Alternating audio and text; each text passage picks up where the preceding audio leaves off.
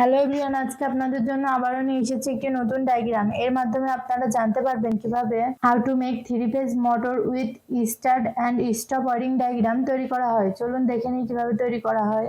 ডিপিএমসিবি double pole miniature circuit breaker, এটির মাধ্যমে negative ও positive line নিয়ন্ত্রণ করা হয়।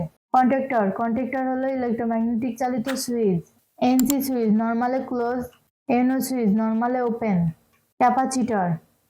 ক্যাপাসিটর মূলত চার্জ ধারণ করে এবং ডিসি লাইনকে বাধা দেয়, এসি লাইনকে যেতে দেয়। মোটর এর পজিটিভ লাইন ডিপিএমসিবিতে কানেকশন দেওয়া হলো, নেগেটিভ লাইন ডিপিএমসিবিতে কানেকশন দেওয়া হলো।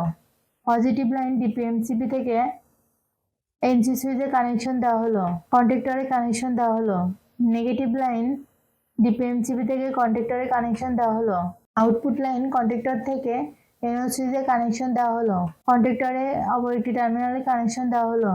এনও সুইচ থেকে এনসি সুইচে কানেকশন দেওয়া হলো। আউটপুট লাইন কন্ট্যাক্টরে কানেকশন দেওয়া হলো। পজিটিভ লাইন মোটরে কানেকশন দেওয়া হলো। নেগেটিভ লাইন ক্যাপাসিটরে কানেকশন দেওয়া হলো।